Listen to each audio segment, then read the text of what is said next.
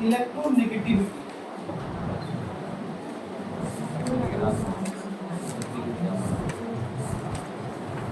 Electronegativity सभी define करेंगे। और चौथे नंबर पर आयोनाइजेशन पोटेंशियल। ठीक, पांचवें नंबर पर कल जो हमने डिस्कस किया था reducing and oxidizing nature. Reducing and oxidizing nature. छठे नंबर पर मेटेलिक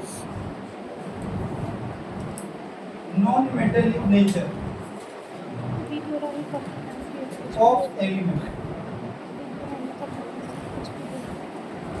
सातवें नंबर पर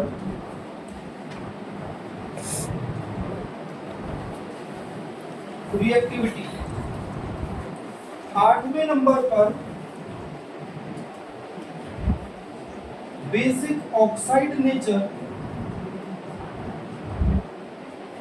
एंड एसिडिक ऑक्साइड नेचर।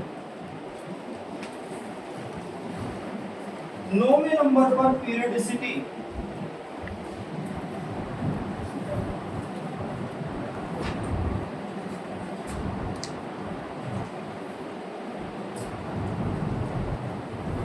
दसवें नंबर पर डायगोनल रिलेशनशिप। ये भी बहुत इंपॉर्टेंट टॉपिक, डायगोनल रिलेशनशिप। इतने ये 10 टॉपिक आपको याद होने चाहिए। नॉट रिक्वायर्ड कि सीक्वेंस में याद हो, अगर सीक्वेंस में कर रहे हैं तो बहुत अच्छी बात, सीक्वेंस की जरूरत नहीं है, बट अगर सीक्वेंस में याद किया तो बहुत अच्छा याद किया। एटॉमिक साइज से शुरू करूंगा और डायगोनल रिलेशन तक खत्म कर देंगे। इसके अलावा जो दो चीजें अलग से पढ़ना है वो है आपको मॉडर्न पीरियोडिक नंबर।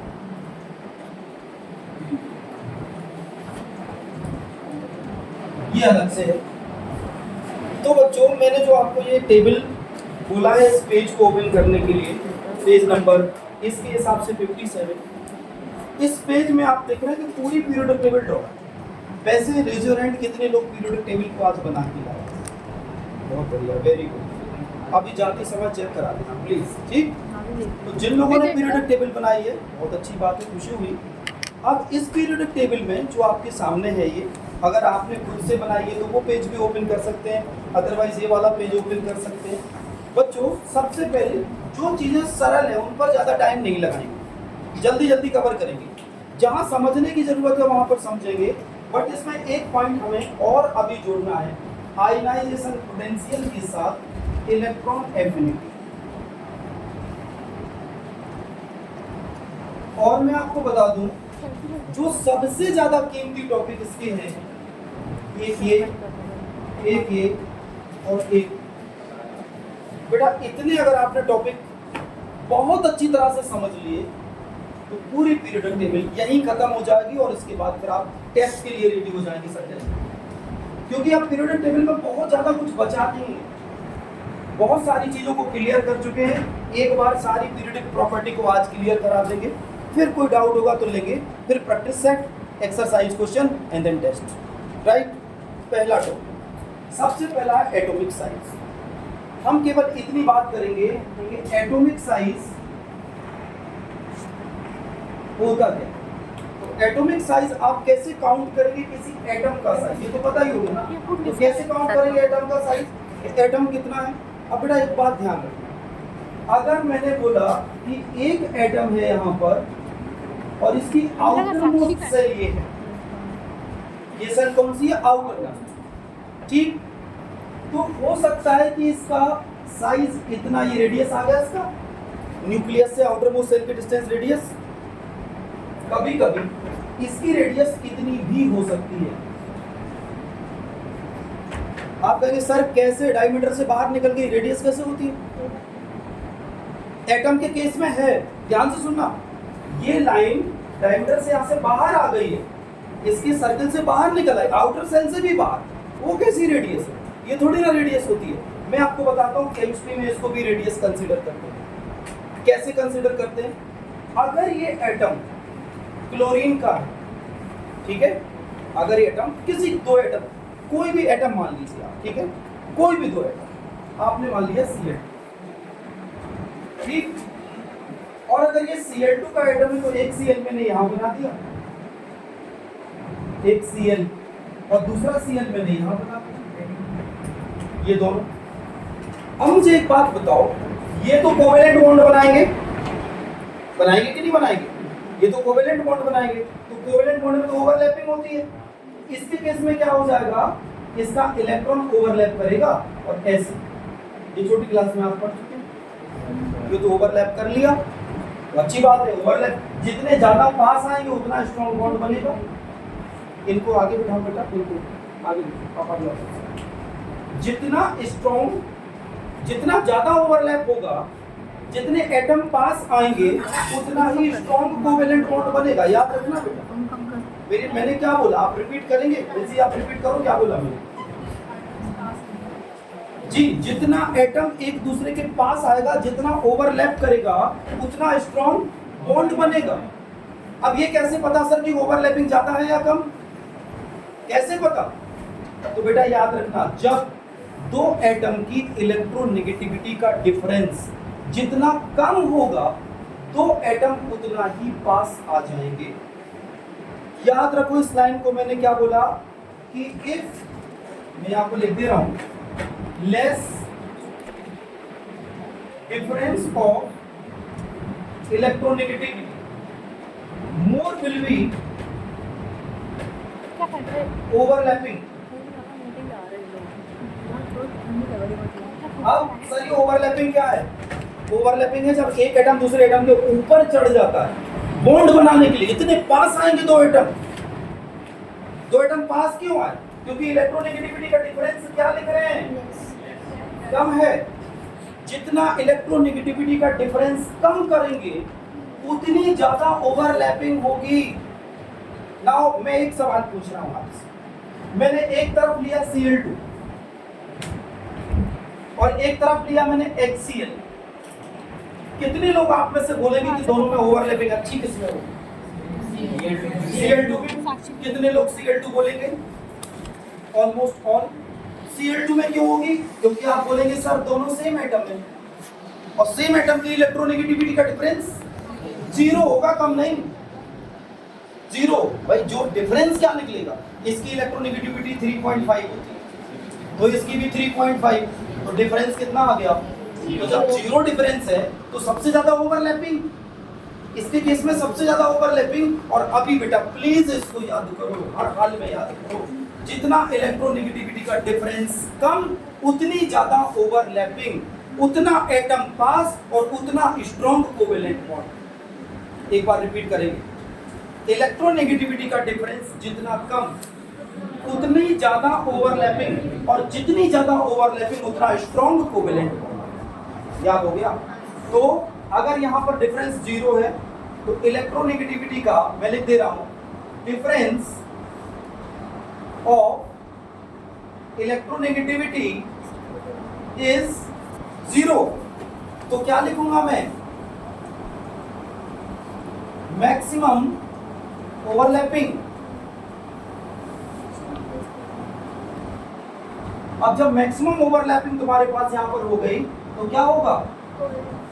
स्ट्रॉन्ग बोलेंगे इसको बेटा, स्ट्रॉन्ग कोवेलेंट बॉन्ड। अब आ जाते हैं HCl। HCl में अगर इसको ये मैं यहां लिख दूं HCl, अब देखो बेटा, एक है H और एक क्या है? Cl।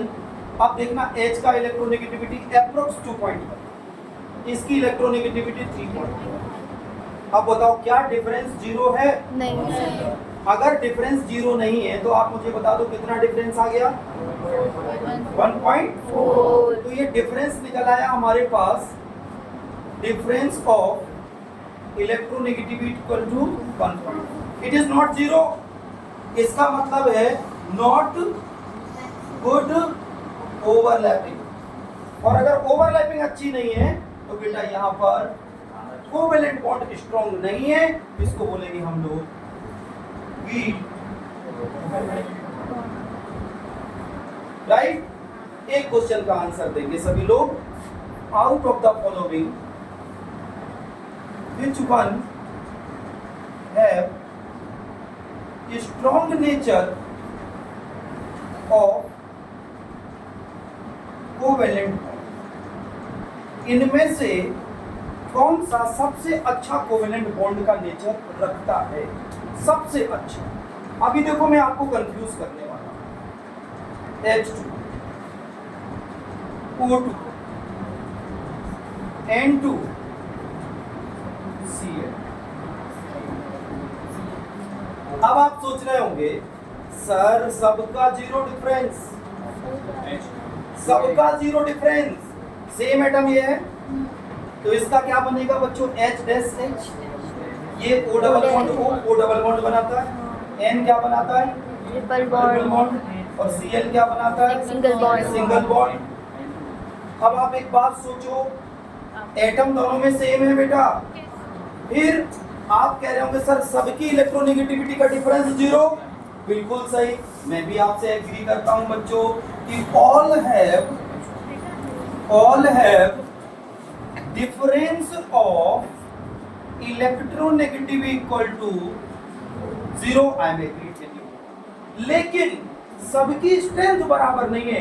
इलेक्ट्रोनेगेटिविटी का डिफरेंस तो जीरो है, लेकिन एक रूल याद रखना है, जिसकी इलेक्ट्रोनेगेटिविटी जितनी ज्यादा, भले ही डिफरेंस जीरो हो, भले ही डिफरेंस जीरो हो, लेकिन जिसकी इलेक्ट्रोनेगेटिविटी ज्यादा वो स्ट्रॉन्ग कोवेलेंट बॉन्ड। अब करो याद जो कल पढ़ा था, लेफ्ट टू राइट जाने में इलेक्ट्रोनेगेटिविटी बढ़ती है क्योंकि एटॉमिक साइज क्या होता है।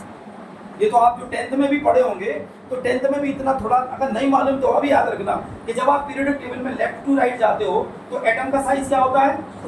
कल बताया था, एटम का साइज छोटा क्यों हो रहा है? क्योंकि न्यूक्लियस मोर पावरफुल है, तो वो इलेक्ट्रॉन को क्या कर रहा है, और जो इलेक्ट्रॉन को खींचता है इसका अंदर का पावर मतलब न्यूक्लियर पावर बढ़ जाती है, तो ऑब्वियसली इलेक्ट्रोनेगेटिविटी ज्यादा हो रही है।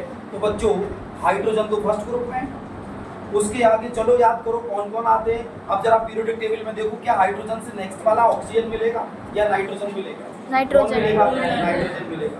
यानी मैंने एक ऑर्डर बताया था कि सबसे ज्यादा इलेक्ट्रोनेगेटिविटी अगर देखना है तो ये ऑर्डर याद रखना, फ्लोरीन फिर ऑक्सीजन फिर नाइट्रोजन। अब यहाँ पर इलेक्ट्रोनेगेटिविटी का सीक्वेंस हाइड्रोजन सबसे पीछे हो गया, तो हम क्या लिखेंगे? हाइड्रोजन सबसे कम, इसके बाद कौन सबसे कम हो गया? हाइड्रोजन। हाइड्रोजन से ज्यादा कौन होगा? पक्का? हाँ। आप देखो पीरियड के एलिमेंट याद है आपको? हाँ। Li, Be, P, C, N, O, F, एक ही पीरियड के हैं बेटा ये, यानी N आ रहा पहले, O आ रहा बाद में, यानी O की इलेक्ट्रोनेगेटिविटी है ज्यादा और नाइट्रोजन की इलेक्ट्रोनेगेटिविटी है कम, तो यहाँ पर आ गया नाइट्रोजन। फिर क्या आ जाएगा? Oxygen, chlorine. क्लियर? अब बेटा एक एक्सेप्शन है, एक एक्सेप्शन इसमें नहीं है। अगर कभी भी ऐसा आ जाए, एक एक्सेप्शन है जो ध्यान रखना, ठीक, बहुत इंपॉर्टेंट एक्सेप्शन। क्या एक्सेप्शन? एक्सेप्शन अगर मैं आपको ये दे दूं बेटा कि फ्लोरीन में और क्लोरीन में, आंसर पक्के मुझे विश्वास है मेरी पूरी टीम आंसर सही देगी, फ्लोरीन और क्लोरीन में ज्यादा स्ट्रॉन्ग कोवेलेंट बॉन्ड कौन बनाएगा? फ्लोरीन को जिता रहे हो। 1 2 आंसर आपके अकॉर्डिंग मोस्ट स्टेबल आपने किसको बोल दिया? F2, देन यही बोला आपने। अब बच्चों इसमें एक्सेप्शन, इसमें एक्सेप्शन ये है कि फ्लोरीन में जो कोवेलेंट बॉन्ड का नेचर है वो बहुत वीक। अब आप कोई मुझे बता सकते हैं ऐसा, जबकि इलेक्ट्रोनेगेटिविटी इससे ज्यादा पूरी पीरियोडिक टेबल में किसी की नहीं होती। जो बताएगा मेरे से बड़ी वाली चॉकलेट जीतेगा। अपनी दुनिया में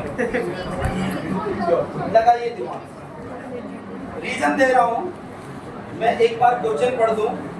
फ्लोरीन और क्लोरीन में most covalent bond is in Cl2 not in F2, जबकि F की इलेक्ट्रोनेगेटिविटी और F का एटॉमिक साइज सबसे। तो बेटा अभी तो रूल के अकॉर्डिंग अपन वही पढ़ रहे थे कि जिसका एटॉमिक साइज जितना छोटा उतना, देखो पढ़ो, उतना अच्छा ओवरलैपिंग, उतना अच्छा ओवरलैपिंग तो उतनी अच्छी कोवेलेंट बॉन्डिंग। तो सर आप तो पलट गए, अभी कुछ और बता रहे थे। बेटा बिल्कुल पलट गए, बट मैं पलटा कब जब मैंने बोल दिया कि दिस इज एक्सेप्शन। और उसके पीछे लॉजिक है, रीजन बता रहा हूँ। आया किसी को कोई कोई कोई सोचो, दिमाग दौड़ाओ, सोचो बेटा। ऑप्शन नहीं है। ऑप्शन है, दूंगा क्यों मैं। अच्छा अभी ऑप्शन दे देंगे तो अभी आज चली जाएगी एक चॉकलेट। तुम ले लो ना बड़ी चॉकलेट। अच्छा चलो ठीक है, तुम लोग मुझे मिला देना चॉकलेट में, आंसर बताओ। क्या क्या क्या बोलेगा? Due to yes, this is the wrong answer. और कोई बेटा आंसर कॉन्फिडेंस के साथ देता हूँ।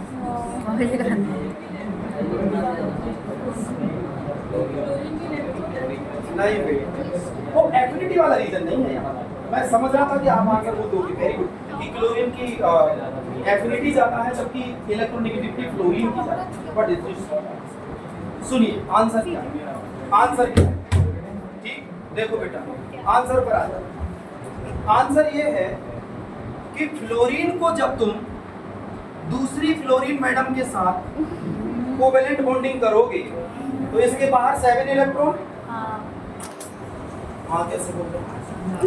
अबे फ्लोरीन का एटॉमिक नंबर 9, तो 2 और 7 बोलो yes, very good. Balance electron कितने हो गए? अब मैं बैलेंस इलेक्ट्रॉन लिख दूं यहाँ पर, गुस्सा तो नहीं करोगे?